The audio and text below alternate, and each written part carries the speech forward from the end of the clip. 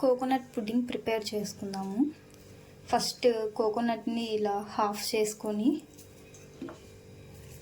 ఇలా పీసెస్గా కట్ చేసుకుందాం. దానిపైన ఉన్న బ్రౌన్ పార్ట్ మొత్తం రిమూవ్ చేసేసి ఓన్లీ వైట్ పార్ట్ వరకే పీసెస్గా కట్ చేసుకుందాం. నెక్స్ట్ వీటిని మిక్స్ చేసుకుందాము. కట్ చేసిన పీసెస్ని ఇలా మిక్సీలో వేసుకొని గ్రైండ్ చేసుకుందాం. కొంచెం వాటర్ యాడ్ చేసుకుందాం.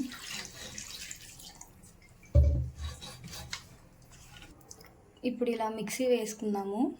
మిక్సీ వేసుకున్న దాన్ని ఒక క్లాత్ తీసుకొని వడకట్టుకుందాం. క్లాత్ అయితే నీట్గా వస్తుందని. ఇప్పుడు ఇలా వడకట్టుకుందాం. మనకి కోకోనట్ మిల్క్ అనేది అలా వస్తుంది అన్నమాట. ఇలా కోకోనట్ మిల్క్ని వడకట్టుకుందాం. షుగర్ యాడ్ చేసుకుందాం మీ స్వీట్కి సరిపడా.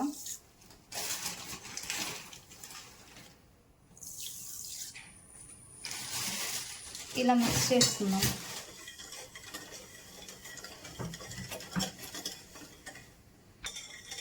నెక్స్ట్ కార్న్ ఫ్లోర్ యాడ్ చేసుకుందాం. ఇలా లంప్స్ లేకుండా మిక్స్ చేసుకోండి. ఇలా కార్న్ ఫ్లోర్ వేసుకొని గడ్డలు లేకుండా కలుపుకుందాం.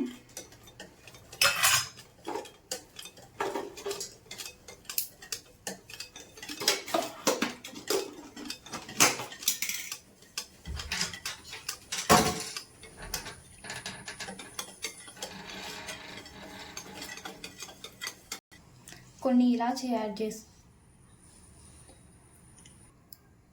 ఇప్పుడు ఇలాచీ యాడ్ చేసుకుందాం మంచి స్మెల్ కోసం.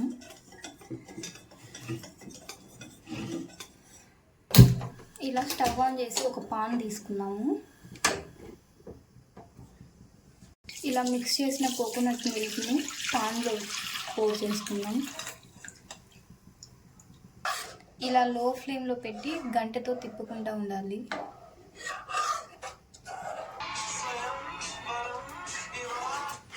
ఇప్పుడైతే అయిపోయింది. స్టవ్ ఆఫ్ చేసుకుందాం. ఇలా ఒక గిన్నె తీసుకొని దానికి ఆయిల్ కానీ నెయ్యి కానీ పూసుకొని ఇప్పుడు ప్రిపేర్ అయిన మిశ్రమాన్ని గిన్నెలో వేసుకోండి. ఇలా గిన్నెలో వేసుకోండి.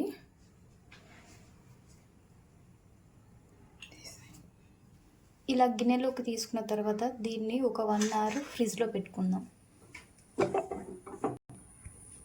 మనం ఫ్రిడ్జ్లో పెట్టుకున్నాం కదా, ఒక 1 అవర్ తర్వాత ఫ్రిడ్జ్లోంచి తీసాము. చూడండి ఎలా ఉందో. ఇప్పుడు దీన్ని ఒక ప్లేట్లో వేసుకుందాం.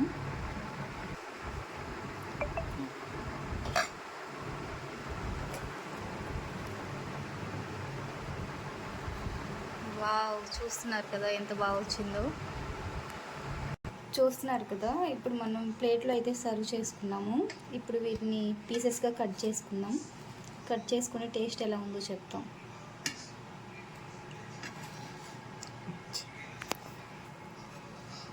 చూడండి పీస్ ఎంత బాగుందో, జున్నులా ఉంది. టేస్ట్ అయితే చాలా బాగుంది. మీరు కూడా ఒకసారి ట్రై చేయండి. ట్రై చేసి కామెంట్ చేయండి మీకు ఎలా వచ్చిందో. అండ్ మా ఛానల్ని సబ్స్క్రైబ్ చేసుకోండి, లైక్ చేయండి అండ్ షేర్ చేయండి.